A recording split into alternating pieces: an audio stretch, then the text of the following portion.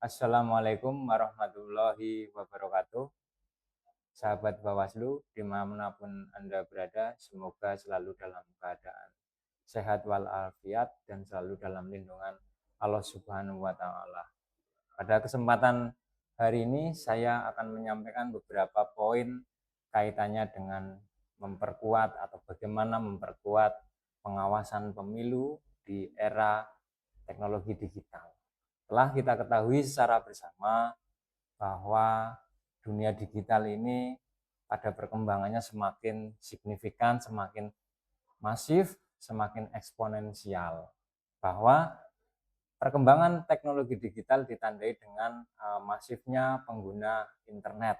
Salah satunya adalah masyarakat Indonesia merupakan empat terbesar dari negara-negara yang ada di dunia pengguna internet terbanyak.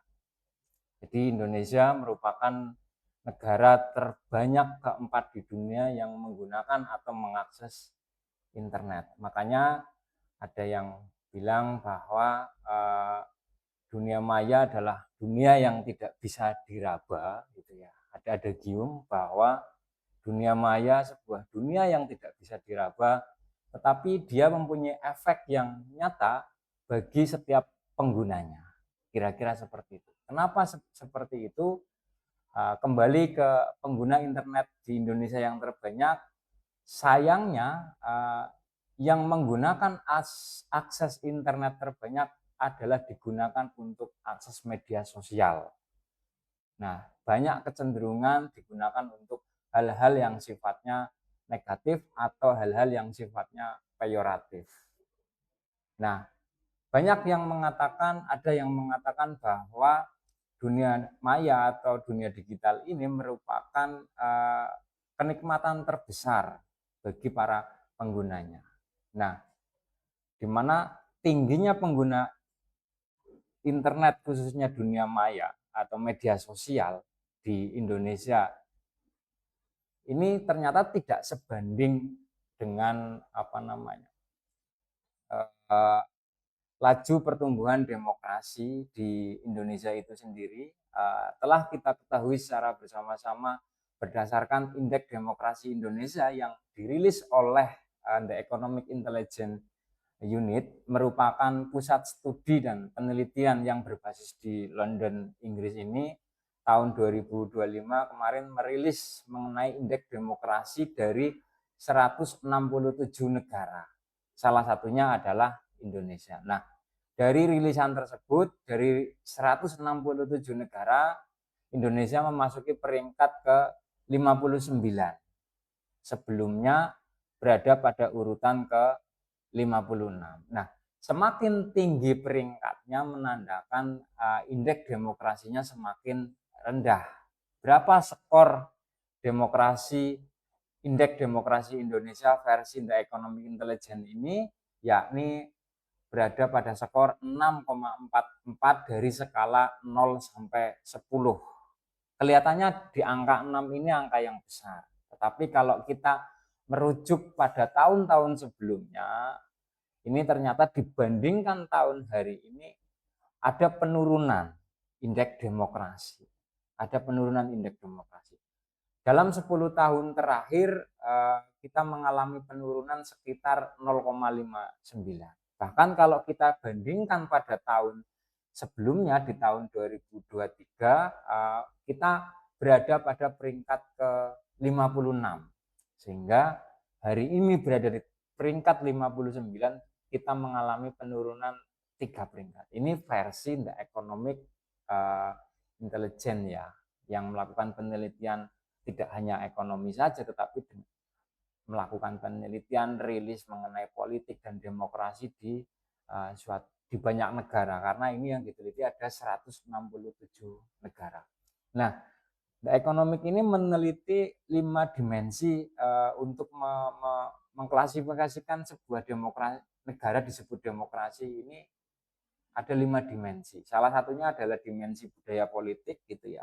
Skor budaya politik di Indonesia ini 5,0. Kemudian ada kebebasan sipil dengan skor 5,29, yang ketiga adalah proses elektoral dan pluralisme ini skornya cukup tinggi, yakni 7,92. Nah, yang keempat adalah partisipasi politik dengan skor 7,22 dan terakhir kelima tentang pemerintahan, berfungsinya pemerintahan itu pada skor 6,79. Nah, dari kelima dimensi ini ada hal yang menarik, yakni mengenai budaya politik. Budaya politik masyarakat Indonesia ternyata cukup rendah. Jika kita kaitkan dengan era digital hari ini, apakah ini nyambung? Ataukah ini terkesan disambung-sambungkan? Nanti kita lihat secara bersama-sama bahwa fakta yang tidak bisa kita pungkiri bahwa Indonesia adalah negara keempat pengguna internet aktif. Dari pengguna internet yang cukup tinggi, 90% masyarakat Indonesia ini menggunakan internet untuk kepentingan media sosial. Nah, dapat kita cermati secara bersama-sama setiap kita kadang bahkan ketika kita bangun tidur dan lain sebagainya selalu tidak lupa pegang HP untuk melihat status story baik di WA maupun di Instagram ataupun bahkan di TikTok dan Twitter atau X ya sebutannya. Nah, masifnya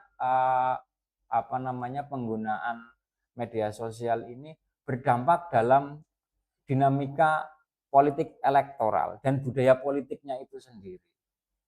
Ketika memasuki masa tahapan pemilu, banyak masyarakat yang memanfaatkan teknologi digital, artinya media sosial untuk kepentingan kampanye. Nah, dalam kampanye tidak sedikit yang memanfaatkan ini untuk menjatuhkan lawan, kampanye negatif gitu ya, ataupun kampanye hoax gitu ya. Dan ada juga yang memang sengaja membayar buzzer untuk menjatuhkan lawan-lawan. Bahwa media sosial ini hari ini menjadi instrumen sangat penting bagi kehidupan masyarakat. Salah satunya dalam kehidupan dalam dinamika pemilu. Tidak hanya dimanfaatkan untuk para pengguna tetapi oleh para kandidat, para peserta pemilu, mau baik itu partai politik maupun para caleg memanfaatkan media sosial untuk kepentingan kampanye atau kepentingan mempengaruhi masyarakat ataupun pemilih. Nah, dalam upaya-upayanya mereka tidak hanya menyampaikan visi misi, ada pihak yang sengaja membayar tadi yang saya sudah sebutkan, membayar buzzer untuk menjatuhkan lawan politik. Nah, kondisi ini kan perlu kita lakukan pengawasan. Pengawasan seperti apa yang dapat dilakukan oleh Badan Pengawas Pemilu ketika tahapan pemilu? Apakah kita harus memantau akun satu persatu ataukah kita harus mendatangi para buzzer ini ataukah kita harus setiap 24 jam standby, dalam 24 jam ini standby di media sosial ataukah kita menunggu adanya aduan dari masyarakat jika ada akun pengguna media sosial yang melakukan kampanye negatif, kampanye hitam atau hoax untuk dilaporkan. Itu salah satu langkah yang dapat dilakukan oleh Badan Pengawas Pemilu. Selain itu, dalam penegakannya kita juga ataupun dalam pemantauannya kita juga bisa menggunakan tools atau alat yang lain yang berbasis digital juga, yakni salah satunya adalah metadata forensik. Tujuannya untuk mengidentifikasi akun-akun atau video-video yang berpotensi hoax untuk diidentifikasi lebih lanjut apakah ini memang benar adanya atau memang dibuat secara menggunakan AI atau editan. Kira-kira seperti itu salah satunya. Selain kita juga perlu melakukan patroli cyber. Itu sebagai langkah dan upaya yang dilakukan oleh Badan Pengawas Pemilu dalam melakukan pengawasan pemilu di era digital. Itu saja yang dapat saya sampaikan. Kurang lebihnya mohon maaf. Wabillahi taufiq wal hidayah. Wassalamualaikum warahmatullahi wabarakatuh. Salam awas.